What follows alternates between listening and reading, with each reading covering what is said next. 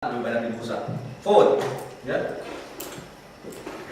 Lalu lihat, forward contract adalah agreement antara dua belah pihak, ya, untuk menukar, sama nih, to trade, ya, to exchange sama aja, seperti orang dasar pada jangka waktu yang telah disepakati di masa yang akan datang.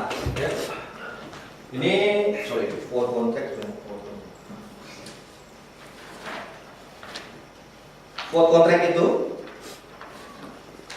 dijual over the counter. Apa over the counter? Tidak melalui mekanisme bursa. Ya, jadi ketemuan itu forward contract. Ya, jadi dia diperdagangkannya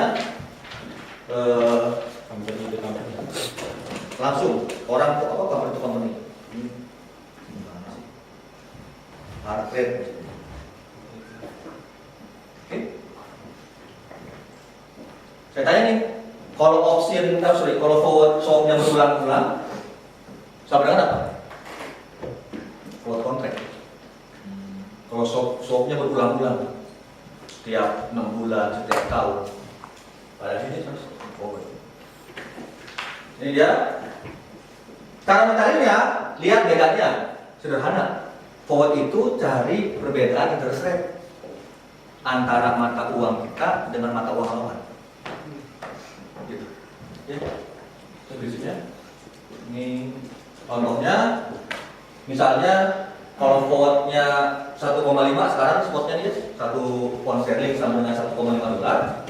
Kalau suku bunganya di Amerika 5%, suku bunganya di United Kingdom 7%, berapa forwardnya?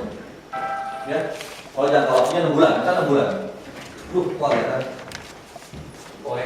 Ya, ganti warnanya kuning.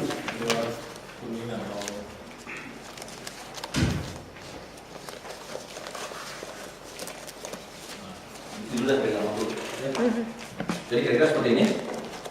Jadi apa artinya? Dia hanya mencari berapa selisihnya. Ini bisa 6 bulan ya.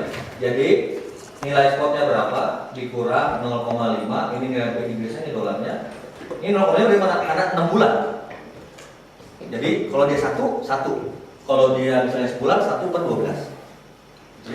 Jadi nilai forwardnya ini kalau sekarang 1 pound sterling sampai 1,5 dolar, maka pada dasarnya nanti sudah price sterling 1,48. Ya.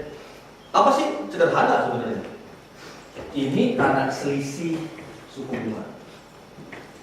Jadi kalau di Indonesia-nya 10%, di Amerikanya 10%, maka forwardnya constant. Nilai spot dengan nilai forwardnya secara teori sama. Kalau di Indonesia 10%, di Amerika 12%, maka mata uang yang menguat siapa? Hah? Di kita 10, Amerika 12. 10 yang menguat, mata uang kita yang menguat.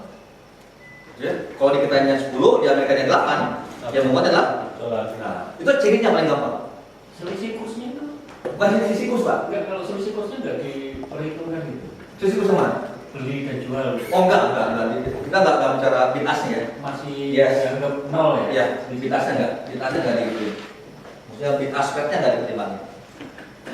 Itu jadi kalau seperti ini, udah. Kira-kira seperti ini Pak. Karena ini saya nggak mau bayar lama-lama, karena terlalu gampang, jadi nggak bakal keluar suaranya. Kalau bisa ikut. Bisa belajar.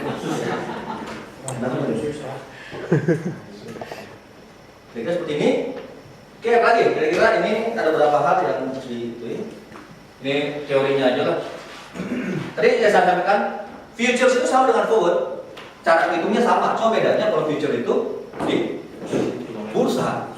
Ya. Karena di bursa dia nggak ketemu, maka ada clearing house-nya, ada margin, ya. Dia langsung marking to market. Marking to market itu setiap pergerakannya dihitung harian. Ini marginnya. Ya. Jadi, tapi saya minta tolong dikuasai 3, ya. Tapi kemungkinan besar yang tolong kuasai betul derivatif, terutama subsession dan capital budgeting. Capital budgeting, tolong kuasai betul tentang cash flow dan WACC. Cash flow and WACC. WACC. WACC ya. WACC itu teori konsumsi. WACC. Yang biasanya ya Pak? Hah? Pakai utang atau pakai itu? Hitung-hitung itu ya, Pak? Oh bukan. Yang WACC itu yang kalau komposisi hutangnya misalnya 50, ekuitasnya 50, rate-nya sekian, juga sekian, pajaknya sekian, berapa? Yang cost of capital tuh. Oh. WACC ya, weighted average cost of capital. Itu sebagai discount factor. Ingat karena dia sebagai discount factor, jadi implikasinya lihat di situ. Return. Ya, ya sebagai rate of return-nya. Kan kita harus tahu berapa return dari corporate-nya, ya. Jadi, tolong ini karena sekali lagi kemungkinan besar soalnya satu, tapi menyangkut dua pertanyaan. Satu tentang capital budgeting, dua tentang derivatif. Apa yang Hah? yang sebelum tes dua kali tes. Oh nggak ada, pokoknya tapi yang kalau seandainya ditanya tentang WACC kan pelajaran kemarin, saya anggap yang kemarinnya sudah hafal. Apa itu lupa. Nah itu dia. Ya, sekarang nih udah jus 15 Pak, masa jus 16 ke jus 30 balik lagi coba. Yang jus 15 1 sampai 15 nya dianggap udah hafal. Kata sih sudah Pak, habis belum. Apa? Hemat memori, Pak. Hemat memori. Ya, jadi seperti itu. Sudah di luar. Saya akan bicara fokus kepada NPV. Jadi sekali lagi open book. Ya, Bapak Ibu hanya saya izinkan membawa kalkulator, close notebook. Saya sangat sekali lagi ini akan lebih tepatnya kepada analytical thinking-nya. Ibu, saya hanya ngasih clue. In the real practice, project itu kadang-kadang bisa nggak layak. Bisa nggak layak. Seandainya nanti di assessment Bapak projectnya nggak layak, terus ditanya bagaimana menjadi layak, ya, saya kasih clue saja. Fokusnya pada OPEX. Ya. Jadi jangan diacak-acak lagi tuh sales sama operatingnya. Fokus di OPEX. OPEX. ACC. Ubah presentasinya.